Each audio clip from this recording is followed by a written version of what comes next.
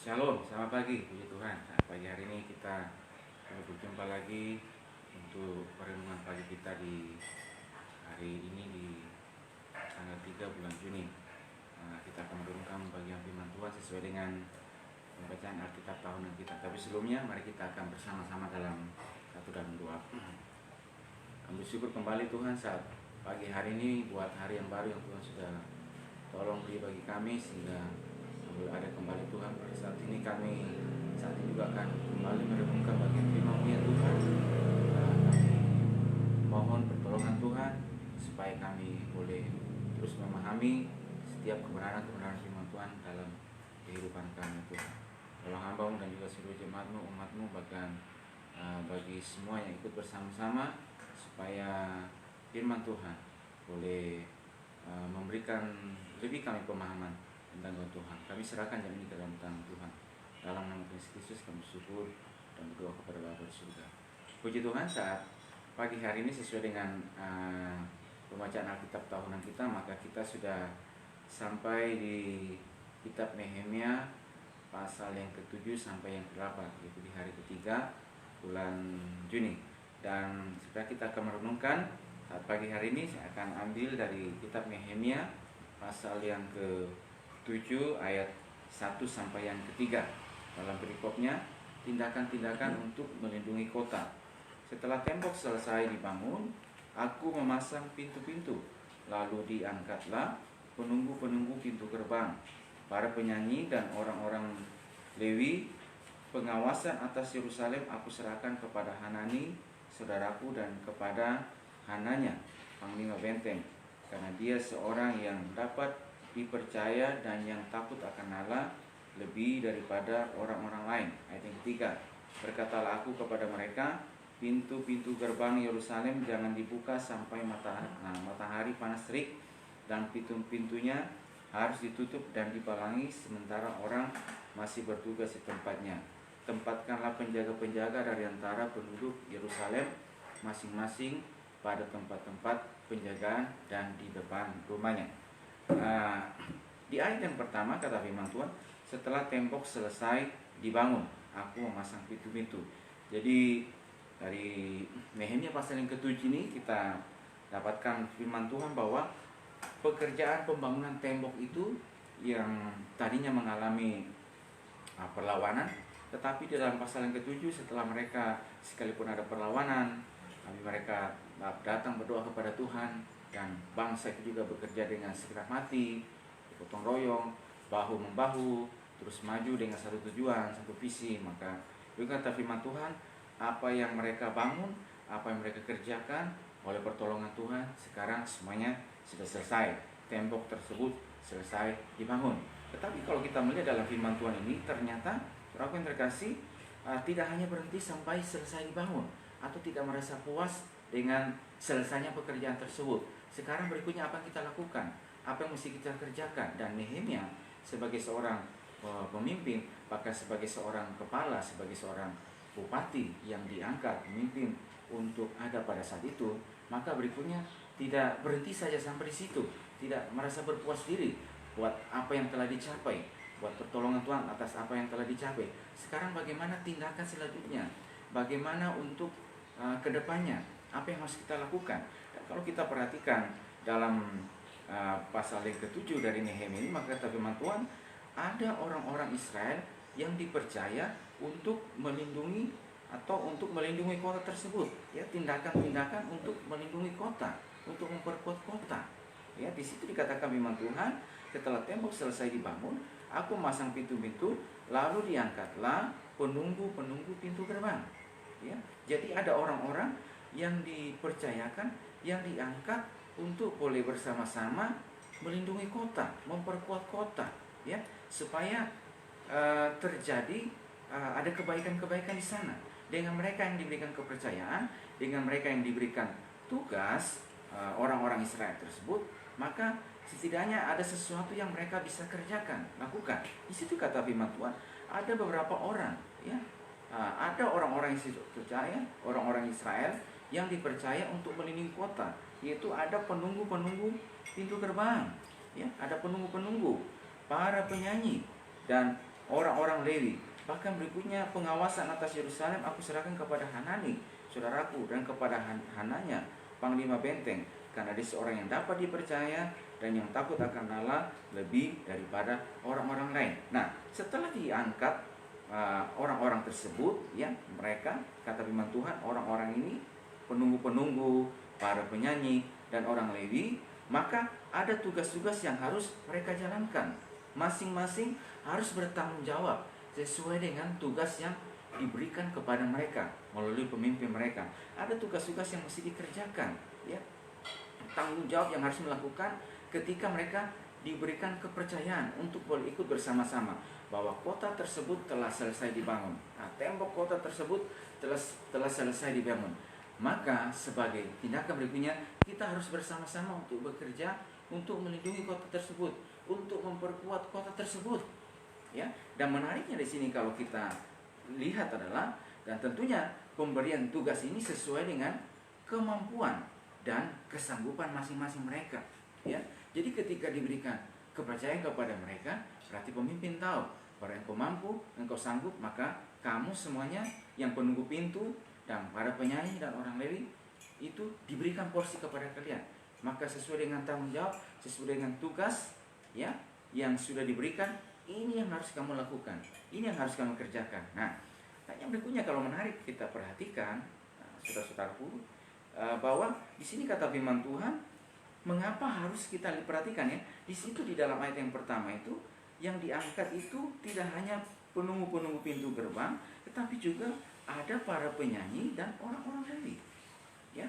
Ada para penyanyi. Mengapa para penyanyi dan orang Lewi ini, ya, yang harusnya bertugas lebih banyak sebagai orang-orang dalam bait suci, tapi berikutnya juga ikut bersama-sama untuk menunggu pintu gerbang, ya, orang Lewi. Nah, kalau kita perhatikan, orang yang terkasih, bangsa Yehuda, orang Yehuda ini, ya, pernah mengalami kemenangan pada masa kerajaan Yosafat, ya. Pada masa kerajaan Yosafat, ketika kerajaan Yosafat itu akan diserang oleh bangsa yang besar, yaitu bangsa Moab dan Amon, ya. Tetapi apa yang dia lakukan? Dia mengangkat para penyanyi dan orang Lewi, ya, para penyanyi dan orang Lewi untuk menghadapi peperangan tersebut. Maka ini orang-orang ini yang diangkat, ya, orang-orang ini diangkat untuk menghadapi musuh. Dan saudaraku, kata firman Tuhan, setelah mereka merunding dan untuk menghadapi peperangan tersebut, menghadapi peperangan bangsa yang besar ini, kata firman Tuhan, ketika kita baca pada masa kerajaan Yosafat tersebut, ketika diberitahukan, disampaikan kepada dia bahwa ada bangsa yang besar datang mau menyerang kerajaan Yehuda, maka kata firman Tuhan, dia menjadi takut, ya. Dia menjadi takut dan mengambil keputusan untuk mencari Tuhan, ya. Dan setelah mereka berdoa dan setelah mereka mengadakan pertemuan dan perundingan, maka berikutnya untuk menghadapi serangan tersebut, ya, untuk menghadapi ancaman tersebut, ya, yang diangkat adalah, saudaraku, menariknya yang angkat adalah ada orang-orang Lewi dan para penyanyi di sana, ya. Maka setelah mereka merunding pada keesokan harinya, maka orang-orang ini, kata firman Tuhan, mereka dalam pakaian kudus mereka mulai menyanyikan pujian, sebab Tuhan baik, bahwasanya untuk selama-lamanya kasih setianya. Dan kata firman Tuhan, ketika mereka mulai menyanyi, maka dibuat Tuhan penghadaan, ya. Jadi Tuhan mulai berperkara dengan kehidupan mereka. Tuhan mulai menolong mereka ketika ada pujian dinyanyikan, ketika ada seruan kepada Tuhan yang disampaikan, ya. Dan Tuhan mulai berperkara di sana. Tuhan mulai menghadapkan terhadap musuh mereka, dan Tuhan memberikan kemenangan kepada bangsa Yehuda. Nah, ketika juga pada masa pemerintahan, pada masa juga Yosua memimpin orang Israel untuk merebut kota Yeriko, orang yang terkasih, maka di situ, saudara yang terkasih, mereka orang Israel ini mengelilingi kota tersebut, ya. Pada hari pertama sampai ke-6 mereka mengelilingi pada 1 kali dalam sehari, tapi pada hari yang ke-7 itu mereka mengelilingi sebanyak 7 kali. Jadi ada 13 kali. Dan sesudah nafiri ditiup, maka Ketika ada komando berteriak, maka mereka mulai berseru, ya. Dan akhirnya kata firman Tuhan, kita membaca firman Tuhan, tembok Yeriko tersebut mengalami keruntuhan. Jadi dari sini, dari pengalaman ini kita melihat bahwa ternyata pertahanan secara rohani, ya, kunci ini adalah kunci untuk boleh mengalami keselamatan, ya. Kunci untuk mengalami supaya tembok ini tetap kuat. Orang Israel ini, kerajaan Yehuda ini mengalami sebuah pengalaman di mana ketika kehidupan rohani mereka, di mana ketika mereka menolak firman Tuhan, raja-raja itu adalah raja-raja yang hidup jahat di hadapan Tuhan, maka Tuhan buka kepada mereka. Jadi hal secara rohani ini berdampak kepada kehidupan mereka sebagai satu bangsa, ya. Mereka akhirnya dibuang oleh Tuhan, ya. Mereka akhirnya dibawa ke dalam pembuangan.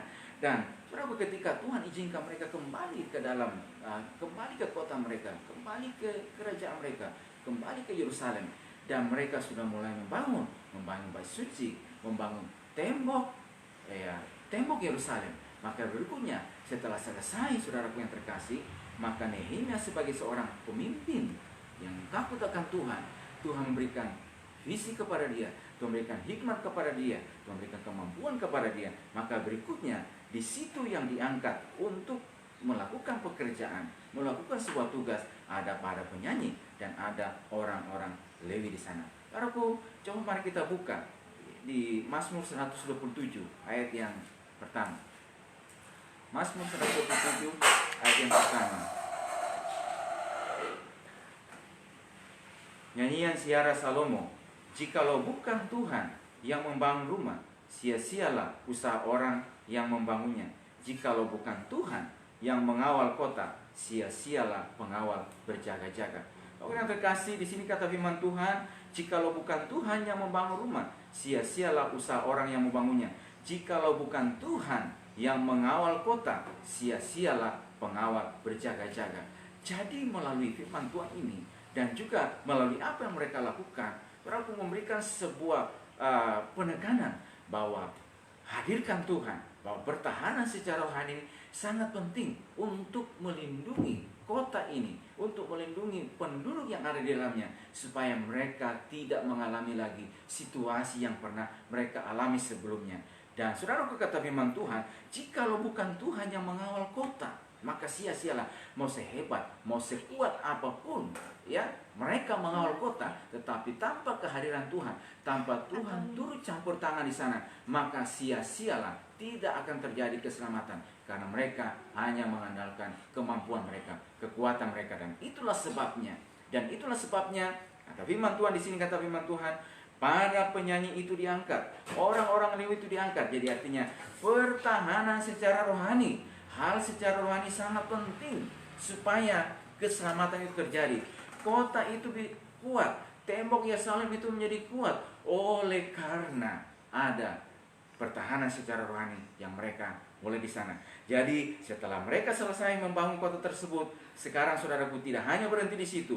Mereka selanjutnya, Nehemia sebagai seorang pemimpin, maka kata firman Tuhan, dia mulai mengangkat, ada para penunggu-penunggu pintu gerbang, ada juga para penyanyi, dan ada orang-orang Lewi di sana. Artinya apa? Untuk menghadirkan Tuhan di sana, menghadirkan secara rohani supaya mereka boleh berjaga. Tapi lebih daripada itu, Tuhan juga turut berjaga-jaga di sana, supaya apa yang pengalaman yang buruk sebelumnya mereka lewati, apa pengalaman yang sebelumnya, itu tidak terjadi lagi. Itu tidak melanda kehidupan mereka, karena mereka sekarang menghadirkan Tuhan ada di tengah-tengah mereka. Tuhan turut berperkara dalam kehidupan mereka. Saudaraku yang terkasih, kita semua yang ada pada hari ini dalam perenungan pagi ini, saudaraku, hal yang secara rohani ini sangat penting dalam kehidupan kita. Kita boleh kuat, kita boleh hebat mungkin, tapi saudaraku yang terkasih, tanpa Tuhan turut bekerja di sana, maka akan sia-sia semuanya. Jikalau bukan Tuhan yang membangun rumah, maka sia-sialah usaha orang yang membangunnya. Jikalau bukan Tuhan yang mengawal kota, sia-sialah, ya, orang yang berjaga-jaga. Artinya apa? Kita tidak boleh mengandalkan kekuatan kita dalam segala apapun yang kita lakukan, dalam segala apapun yang kita kerjakan. Tetapi saudaraku yang terkasih, hal yang secara rohani yang sangat penting yang harus kita kerjakan, bahwa Tuhanlah di atas segala-galanya, bahwa hal secara rohani ini di atas segala-galanya yang harus kita lakukan, yang harus kita kerjakan dalam seluruh langkah kehidupan kita. Dan berikutnya juga, sebagai orang-orang yang dipercaya ini, mereka harus menjalankan tugas mereka, ya. Mereka harus mengerjakan bagian mereka. Mereka harus mengerjakan.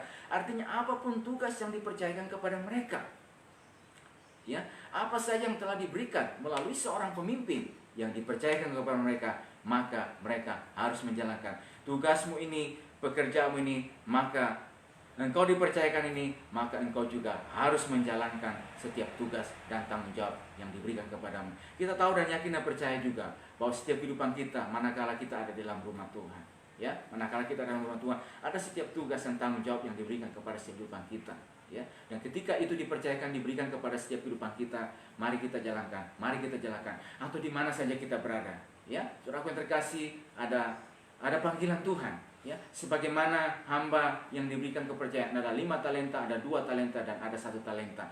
Maka ketika menerima talenta tersebut, maka saudaraku yang terkasih, ketika menerima talenta tersebut, bagaimana kepada orang yang diberikan talenta, dipercayakan talenta, maka dia harus menjalankan talenta tersebut sesuai dengan kepercayaan yang Tuhan berikan kepada setiap kehidupan mereka. Yang 5 menjalankan, yang 2 menjalankan, tapi jangan seperti hamba yang 1 itu, ya, yang ketika dia menerima talenta, dia menjadi hamba yang jahat, yang malas, yang tidak menjalankan tugasnya, ya, maka dia mengubur talentanya yang dalam-dalam.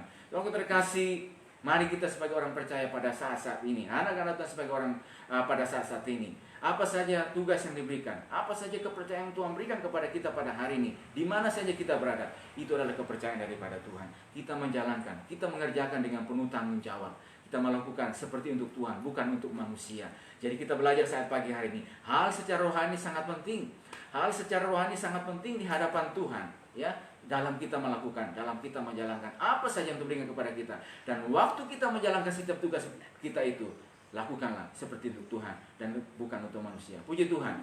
Tuhan kiranya berkati kita semua pada hari ini dalam setiap langkah yang kita jalani pada hari ini. Puji Tuhan. Tuhan berkati kita semuanya. Mari kita datang dan kita berdoa kepada Tuhan. Terima kasih Tuhan, kami bersyukur saat pagi hari ini Tuhan, buat kesempatan yang kembali Tuhan beri untuk kami boleh merenungkan bagian firman-Mu ya Tuhan.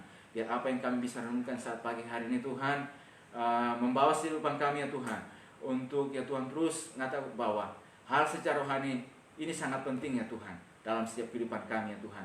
Bagaimana kami oleh pertolongan Tuhan pertahankan hidup ini, maka hal secara rohani Tuhan yang harus kami utamakan di atas segala-galanya Tuhan. Dan di saat kami ya Tuhan berjalan, di saat kami melangkah, di saat mengerjakan tugas kami ya Tuhan, di mana saja kami berada, ada talenta Tuhan, ada setiap kepercayaan yang Tuhan beri kepada kami. Sebab itu Tuhan, ya setiap kehidupan umat-Mu Tuhan, anak-anak-Mu ya Tuhan, ya Tuhan, memegang teguh apa yang ada pada setiap kehidupan kami ya Tuhan. Setiap kepercayaan, setiap tanggung jawab itu Tuhan, kami boleh jalankan ya Tuhan, kami boleh mengerjakan ya Tuhan, untuk hormat kemuliaan bagi nama Tuhan. Terima kasih, berkati seluruh umat-Mu saat pagi hari ini Tuhan, dalam beraktivitas, dalam menjalankan setiap tanggung jawab mereka Tuhan. Kami bersyukur kepada-Mu Tuhan. Ini doa kami dalam nama Tuhan Yesus Kristus. Kami bersyukur dan berdoa kepada Bapa di surga. Haleluya. Amin. Puji Tuhan, Tuhan berkati kita semuanya, dan mari kita melangkah hari ini bersama dengan Tuhan. Puji Tuhan. Shalom. Haleluya.